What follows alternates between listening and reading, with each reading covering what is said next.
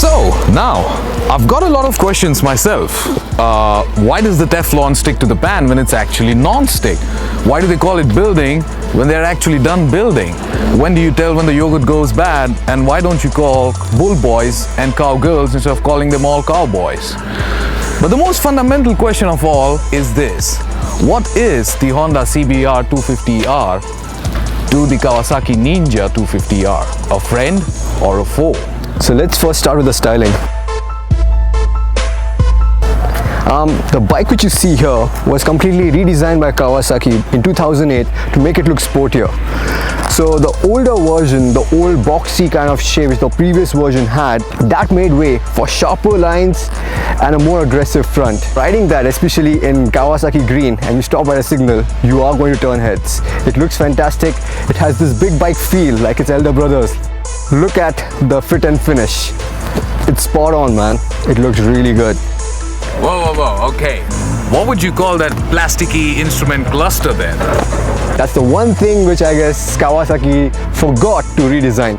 It looks analog, but hey, it does serve the purpose. Well, the looks and styling then is a very subjective matter. Many people out there liked Megan Fox in the Transformers series, while as if you ask me, I personally liked Rosie Huntington. She was a lot more classier. And just about the same way, the Honda CBR 250R looks a lot more classier. It's got smooth lines, it's got the look of the flagship VFR 1200 bike. It also adheres to the Honda's newly adopted layered fairing principle, just like the flagship VFR. But then, doesn't that invoke a lot of confusion? I mean, a CBR which looks like the VFR, that has to be confusing. Confusion? Well, let's just try and figure this out, okay? It looks like a VFR. It's not a VFR. It's called the CBR. I mean, clearly it's not a VFR because it's not a V4 either. And it's not even 4 either, so, but it is called a CBR. It's a CBR that looks like a VFR. But it's a single pot cylinder bike. Alright, so Confused just one thing from this. yeah. He is damn confused. Well, there, As much as this bike.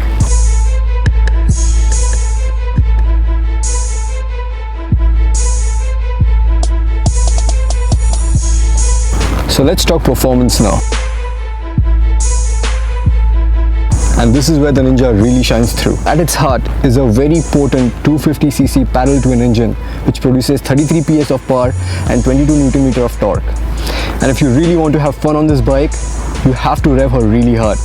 and revving the bike hard, that is the way you ride the Ninja, very unlike the Honda CBR 250R. The whole power delivery of the torque is way low down in the RPM range. If you're riding around in the city or whenever you're overtaking, this bike will require you to make a lot of gear changes. But if you're on the highway where you can pin the throttle, you're in for a blast, because that's where this bike is so much fun. So the Ninja was 33 horsepower, this is 26 horsepower. But then you don't really feel the difference as night and day. You are at ease, you're at complete ease, knowing that you have some beautiful brakes to work with. We are not satisfied with the brakes on the Honda at all.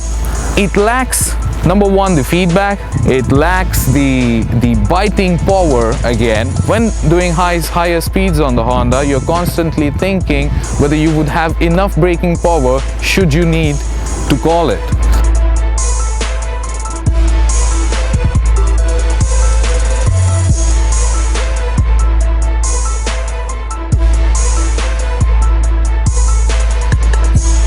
If you're looking for comfort, this might not be the bike for you. The rear seat especially is really hard, it's positioned really high up, and there are no grab rails, which means the pillion rider is going to really suffer, irrespective whether you're riding in the city or on the highway. There's not much pressure on the palms when you're sitting or riding the bike. Seat's also a lot more plush here.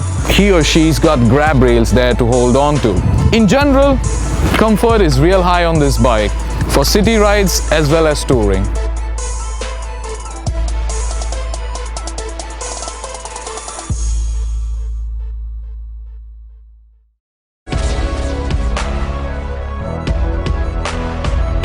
takes the curves really beautifully and is rock steady on the straights. But this bike is pretty heavy. It's 170 kgs plus it has a longer wheelbase. It's about 1400 mm. Whenever you're riding in the city, you are going to feel the weight, the extra weight whenever you're steering the bike. When you're trying to turn the bike into a corner, it is going to require more effort from your part to counter steer the bike.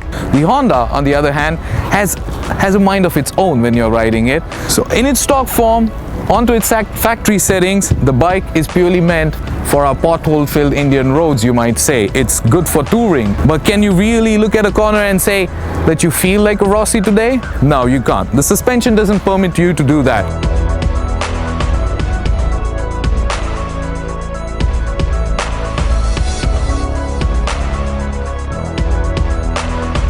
So I think we can wrap it up then. Then I think it's time for the $1 million question, the verdict. Which bike should you go for? Back to the rider is what I feel. It's not an Apple that's being compared to an Apple. The only common thing between these two bikes is the 250cc displacement capacity, not even the engine configuration. So yeah, meant for different things, more towards touring, commuting, city rides, more towards highway blasts and some sort of decent extensive cornering. The ball's in your court. Ask yourself what sort of a rider you are, what sort of things you demand your bike to be doing, and there you have your pick. If you're an enthusiast, if you want quality, if you want cornering, a bike which corners really well, if you're looking to upgrade to a bigger bike, this is the pick for you. But as he said, if you're looking more into commuting and weekend rides to the highways, then that will serve you really well. So the decision is basically your own.